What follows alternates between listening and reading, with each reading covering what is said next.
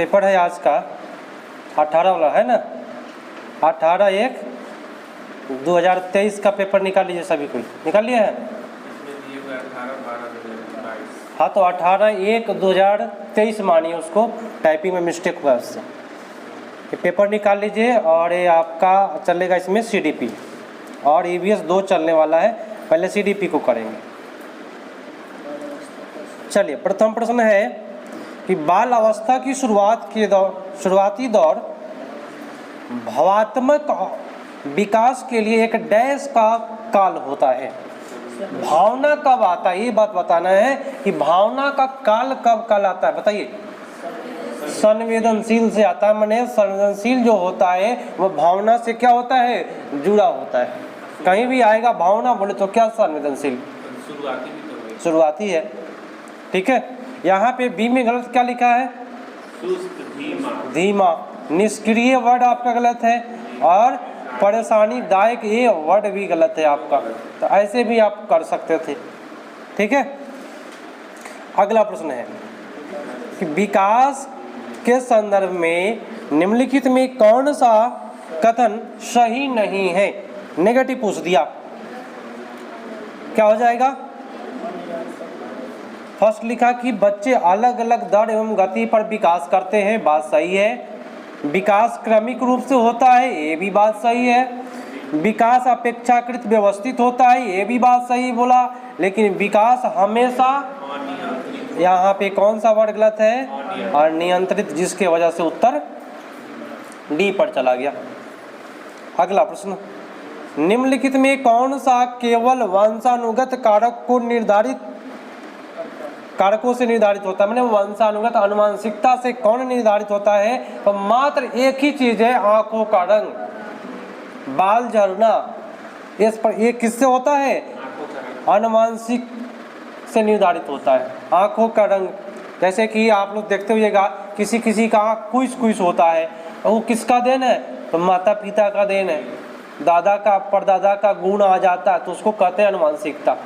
ठीक है, उत्तर कौन होगा, ए नंबर। अगला है कि जीन पियाजे के संज्ञानात्मक विकास के सिद्धांत के अनुसार बच्चे किस चरण में संक्रियाओं को एक दिशीय तार्किक क्रम से सोचना शुरू कर देते हैं। तार्किक क्रम से कौन सा होगा, नहीं औपचारिक नहीं होगा। तार्किक की बात करें तो मूर्त पर चला जाएगा, इसी चरण से शुरू हो जाता है तार्किक। लेकिन वहां पे रहता अमूर्त तार्किक, तब जाता औपचारिक पर। उत्तर कौन होगा, मूर्त। अगला प्रश्न, जीन पियाजे के सिद्धांत के अनुसार समझिएगा, अपने वातावरण से अनुकूलन की प्रक्रिया में क्या शामिल होता है। हाँ, तो अनुकूलन की प्रक्रिया में दो चीज आता है। अनुकूलन का दो बेटा है, कौन कौन, समावेशन और समायोजन। ये अनुकूलन का दो भाई है, याद रखिएगा। हाँ, याद रखना है इसको, अनुकूलन का दो बार। प्रश्न है, निम्नलिखित में से किस सिद्धांत के अनुसार संज्ञानात्मक विकास और अधिगम में संस्कृति की अहम महत्वपूर्ण भूमिका होती है। तो देखिए, संस्कृति की महत्वपूर्ण भूमिका बोल रहा है, तो संस्कृति वर्ड किनका है, वाइगोस्की भाई का है। तो हम मारेंगे वाइगोस्की का सामाजिक सांस्कृतिक सिद्धांत। कोई दिक्कत नहीं ना है। पहले तो पूछ रहा है संज्ञानात्मक, उससे मतलब नहीं है सर। संज्ञानात्मक माने जानकारी जो होता है वह संस्कृति की अहम महत्वपूर्ण भूमिका होता है, उससे कोई मतलब नहीं है। ठीक है, यहाँ भाषा के बारे में बोलता है तब पियाजे वाइगोस्की पर जाते हैं। ठीक है, इसलिए भाषा कहीं नहीं बोला है, इसलिए उस लेवल से आप लोग नहीं जाइए, कोई दिक्कत। चलिए अगला, लेई वाइगोस्की ने संज्ञानात्मक विकास में किसकी अहम भूमिका मानी है। सामाजिक संपर्कता या संस्कृति होता तो सही जाता, नहीं तो भाषा होता तो सही जाता। जैविक परिपक्वता वाइगोस्की साहब का नहीं ना है, ये पियाजे साहब का है। किनका है, पियाजे साहब का है। जैविक वाली बात पियाजे भाई बोले हैं। चलिए अगला प्रश्न है, लॉरेंस कोल्बर्ट के नैतिक तर्क के सिद्धांत के अनुसार बच्चे किस चरण में विशेष रूप से और जानबूझकर इस तरीके से व्यवहार करते हैं, बताइए। व्यवहार करते हैं जिससे माता पिता और अध्यापक सकारात्मक रूप से प्रभावित हो जाए। हाँ, बच्चा या माता पिता आपका सकारात्मक आपके प्रति कब हो जाएगा, जब आप उसके सामने में अच्छा कहलाइएगा। तो सबसे बेटर कौन गया, बी गया। चलिए अगले प्रश्न पर आते हैं। 18 तारीख का है, 18 जनवरी का ना, इसमें थोड़ा सा मिस्टेक किया है कि इसको छापने में गलती किया है, कोई बात नहीं। प्रश्न देखिएगा, एक संरचनावाद आधारित कक्षा उपागम में क्या शामिल होना चाहिए। फर्स्ट में क्या गलत बोला, अनुपात बोला, क्योंकि 1 to 5 में आपका अनुपात नहीं आता है। संसाधन युक्त और मुद्रक संपन्न वातावरण, इससे बेटर कुछ नहीं है भाई। मुद्रित बोले तो प्रिंट समृद्ध वातावरण, इससे बेटर कुछ नहीं मिलता है। और सी में गलती क्या किया, प्रतिस्पर्धा। और डी में गलत क्या किया, प्रतिबंध बात बोला। प्रतिबंध माने रोक लगा देना, तो ये बात क्या हुआ आपका, गलत हो गया। अब आगे आपका गार्डनर साहब का एक प्रश्न आता है।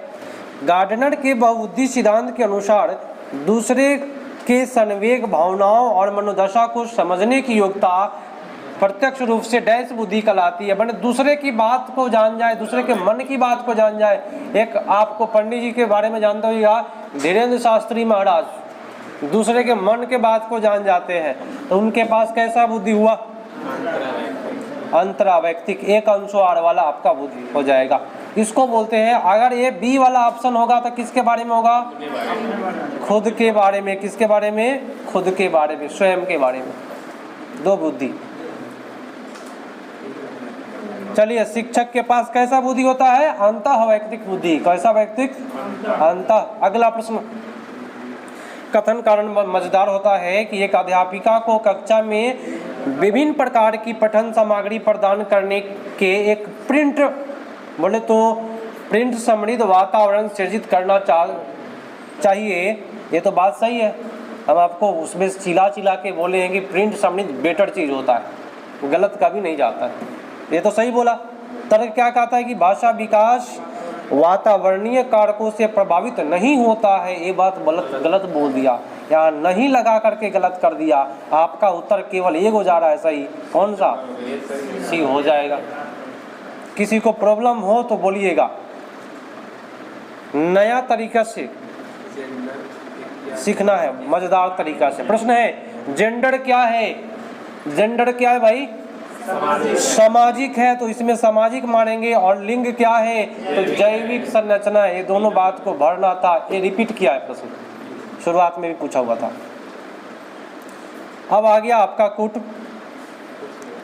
प्रश्न आ गया कि एक संस्कृति विविधता वाले स्कूल में 4वीं कक्षा के विद्यार्थी राज्य दिवस पर बहु नृत्य प्रस्तुत करने की तैयारी कर रहा है। मैंने राज्य जो दिवस मनाया जाता है उस पर नृत्य प्रस्तुत करने की क्या कर रहा है, तैयारी कर रहा है।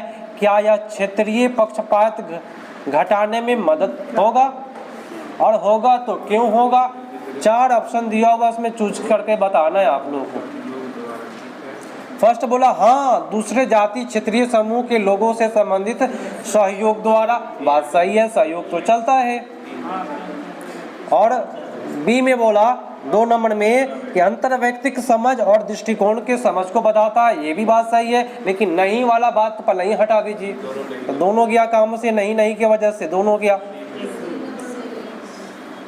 तो चूज करने में, चुनने में कोई परेशानी नहीं होगा। बैठ जाइए सर, जगह है। अगर जगह नहीं हो तो बेंच उधर होगा, ले आ दीजिए और ले करके बैठ जाइए आराम से।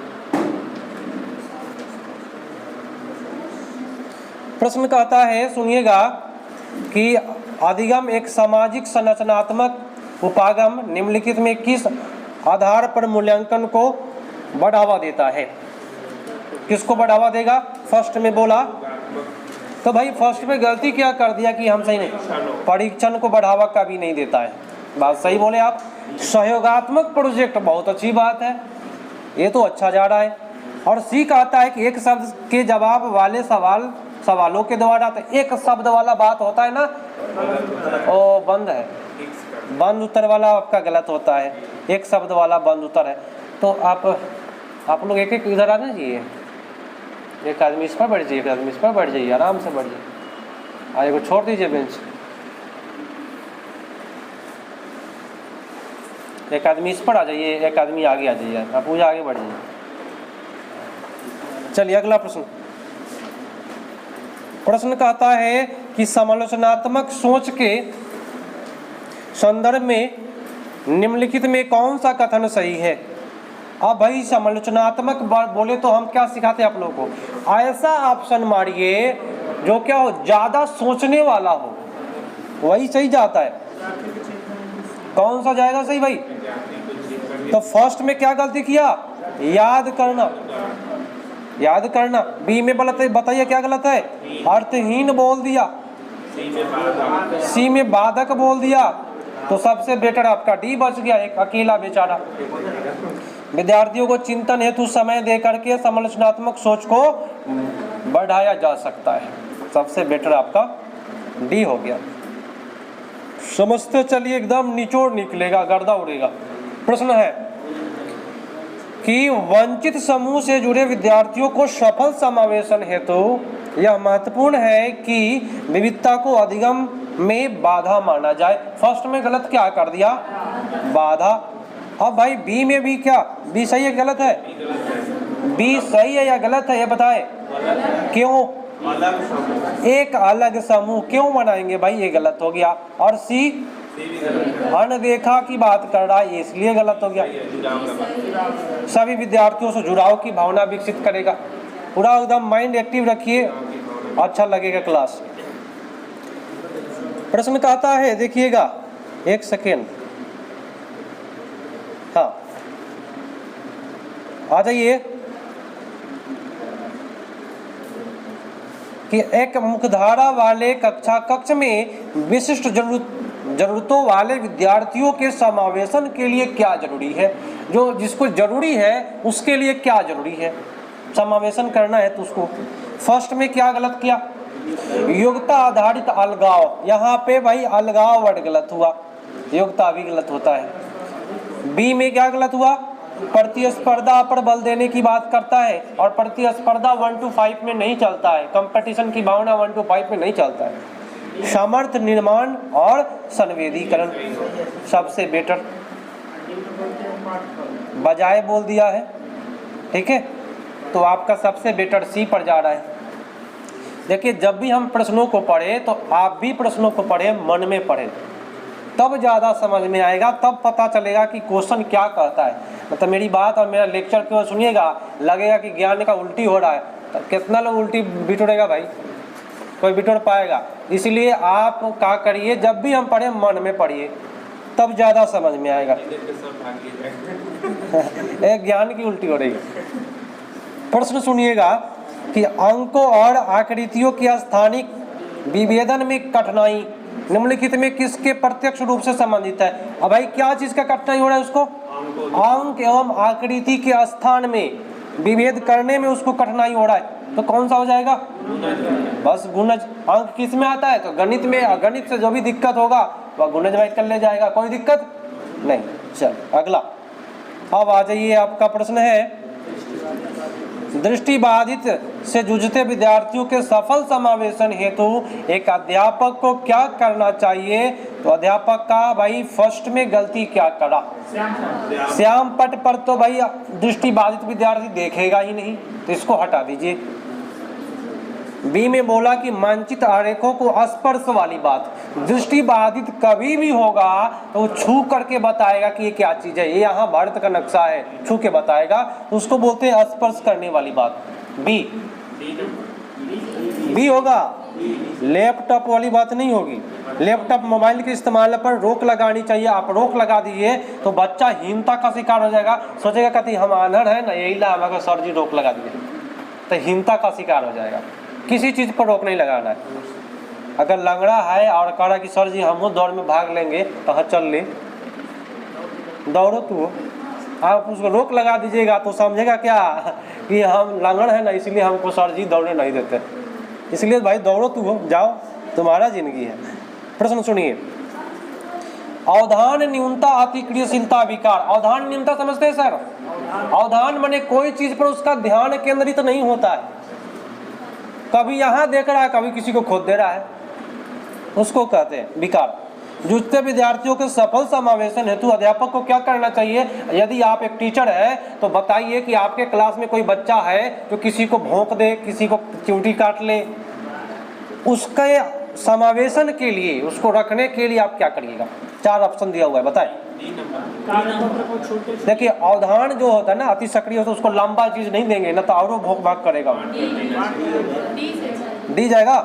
हाँ, कार्य को छोटे छोटे प्रबंधन एवं खंडों में बांट कर देना चाहिए ताकि वो छोटे छोटे चीज को कर ले, क्योंकि उसका जो माइंड जो है ना वो खूब भटकता है और छोटा छोटा चीज को जल्दी करेगा।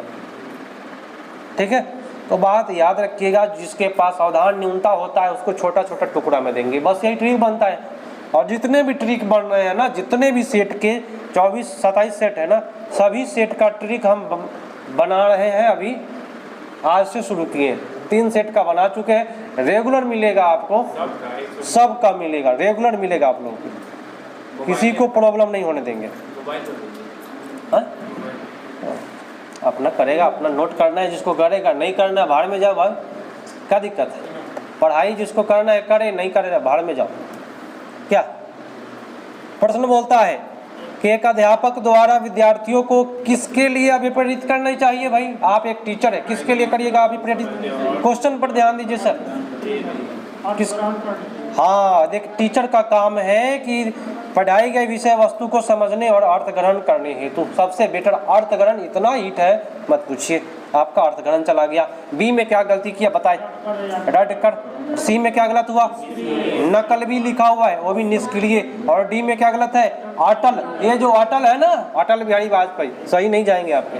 अटल माने होता है फिक्स, कभी सही नहीं जाता है, फिक्स वाली बात। अगला प्रश्न,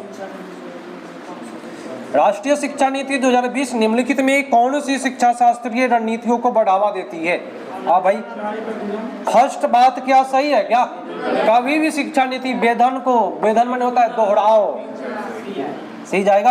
हाँ, बोलना है बीच में, अच्छा लगता है।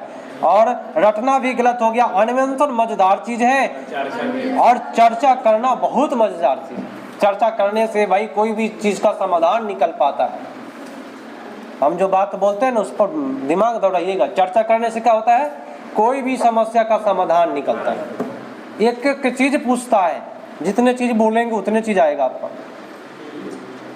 अगला प्रश्न, निम्नलिखित में कौन सा प्रभावशाली अर्थपूर्ण अधिगम में मदद करेगा?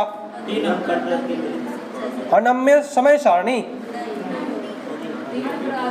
अर्थपूर्ण अधिगम के लिए मदद करेगा। अर्थपूर्ण के लिए तो अनमय जो वर्ड है ये आपका नेगेटिव वर्ड है, अभी तक नोट नहीं किए हैं तो नेगेटिव में इसको शामिल कीजिए और कभी नहीं छूइएगा इसको। अनमय मानीकृत नेगेटिव है और परीक्षा केंद्रित आपका नेगेटिव है। बच गया अधिगम केंद्रित शिक्षण शास्त्र। अधिगम केंद्रित माने बाल केंद्रित। उत्तर कौन जाएगा? डी, अनमय मैं लिखवाया था। अनम्य समय सारणी ये आपका नेगेटिव है और समय की बात करता है कहीं भी वो खुद ही नेगेटिव है। पढ़ाई में कोई समय माने नहीं रखता है कि कितना समय दिया जाए, आधा घंटा 2 घंटा, जितने भी बोलेगा ना सब फिक्स वाली बात गलत होता है। अगला प्रश्न है कि निम्नलिखित में से क्या कक्षा में अधिगम सहायक माहौल पैदा करेगा? एक अच्छा माहौल माने सीखने का माहौल पैदा। अधिगम माने क्या? सीखना, और सीखने का सहायक माहौल पैदा करने का काम कौन करेगा? 4 ऑप्शन है।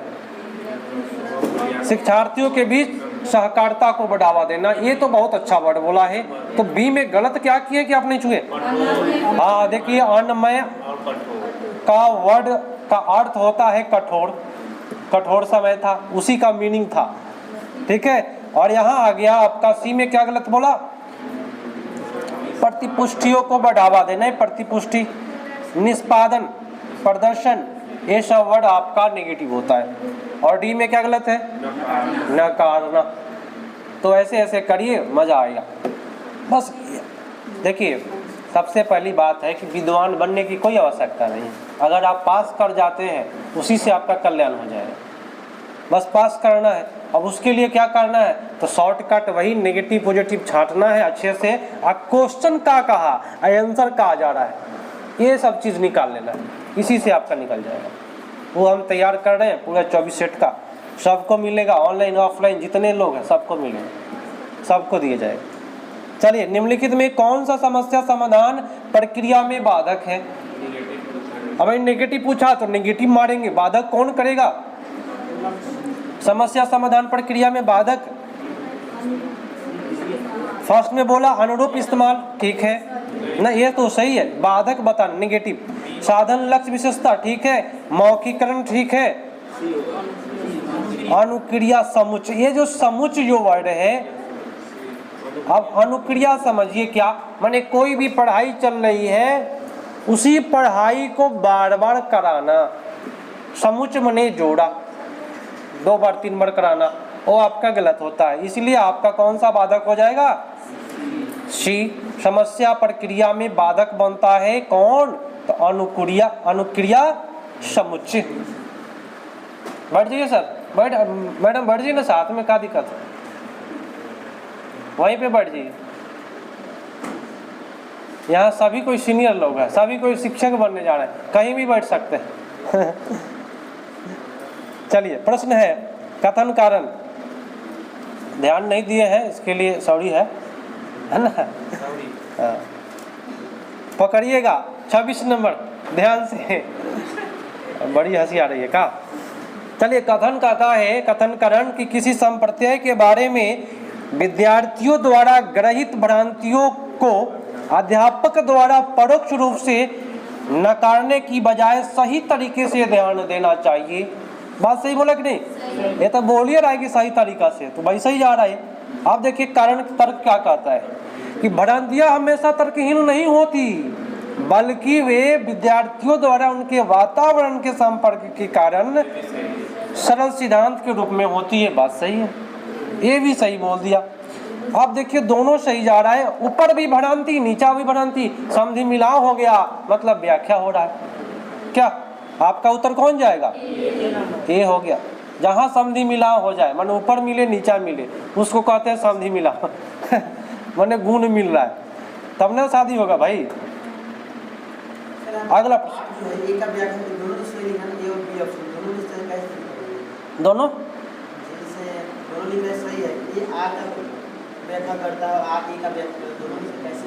अच्छा पहचानने, वही ना बोले कि ऊपर जो बात बोले नीचे जो भी बात बोल दे तो उसको कहेंगे संधि मिलाओ।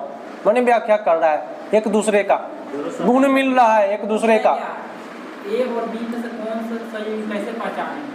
दोनों शब्द मिलेगा तो। और सुनिए, अच्छा, ए और बी में आपको कथन करने में परेशानी हो रही है ना, कि इसमें व्याख्या कर रहा है, इसमें व्याख्या नहीं कर रहा है, यही ना समझना है।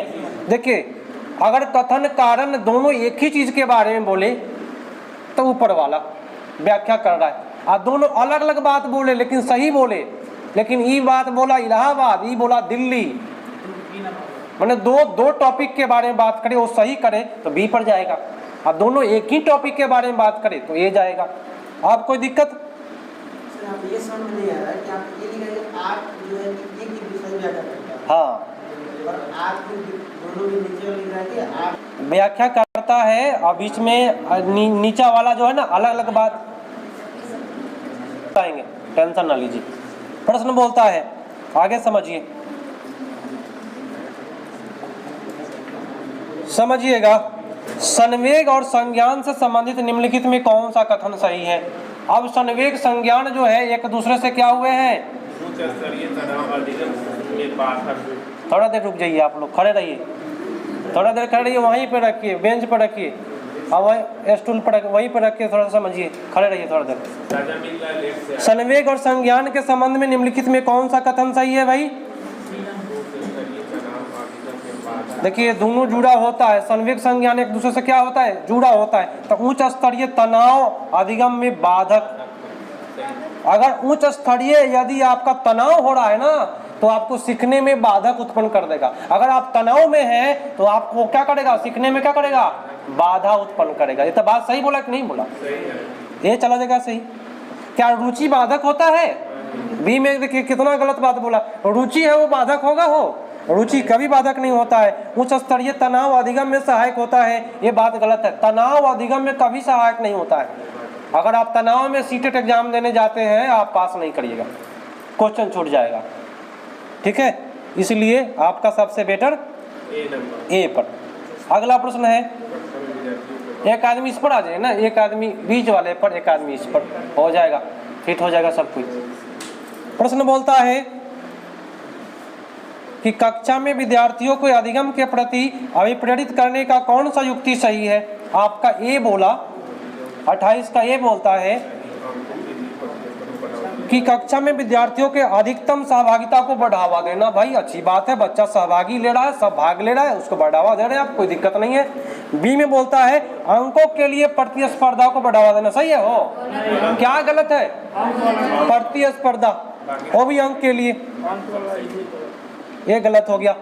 और सी है कि विद्यार्थियों की रुचि के आधार पर लक्ष्य निर्धारित करने में मदद करना। ये तो काफी बेटर है। विद्यार्थियों को अपने विचार व्यक्त करने की आजादी, ये भी सही है, बच्चों को देना आजादी। कौन जाएगा? बी नंबर है, बी नंबर। सी होगा, बी होगा, बी सही से पहचानिए। सारा कथन हो गया। 1 3 4 अंक में दिया। चलिए प्रश्न है, अंक के अनुसार प्रतिस्पर्धा भी है। अगला प्रश्न है कि शिक्षा में समान अभिगम्यता मतलब होता है पहुंच, एक डैश का विषय है। पहुंच क्या है? एक प्रकार का, क्या चीज का विषय है पहुंच? नहीं, देखिए शिक्षा में समान पहुंच, अगर आपके पास कोई चीज के बारे में पहुंच है तो समझिए कि उस चीज पर आपका क्या है, अधिकार है, तभी आपका पहुंच चल रहा है ना। अगला प्रश्न और अंतिम है कि विद्यार्थियों के अधिगम को समर्थन देने के लिए अध्यापक को क्या करना चाहिए? क्या करना चाहिए अध्यापक को? फर्स्ट बोला कि फर्स्ट में गलती क्या बोला? योग्यता। बी में क्या गलत बोला? दरकिनार। देखिए रुचि तो ठीक बोल रहा था लेकिन आगे बोल के बोल दिया दरकिनार, माने अलग हो जाना रुचि से। सी में एक विद्यार्थियों के व्यक्तिगत विभिन्नता के प्रति विचारशील रहना चाहिए, बात सही है, टीचर का यही काम है। और आपका डी में गलत क्या किया कि प्रदर्शन की बात कर रहा है, नेगेटिव होता है, इसलिए सबसे बेटर आपका सी हो जाएगा। चलिए ये आपका सीडीपी खत्म हुआ। थोड़ा सा आप लोग को दिखा देते हैं कि जितने भी लोग हैं ना समझते हैं क्या कि ऑफलाइन क्लास नहीं चलता है, कितने लोगों का डिमांड है, बोलते हैं कि ऑफलाइन नहीं चलता है, उनको बता दिया जाए कि ऑफलाइन भी यहाँ चल रहा है। आप लोग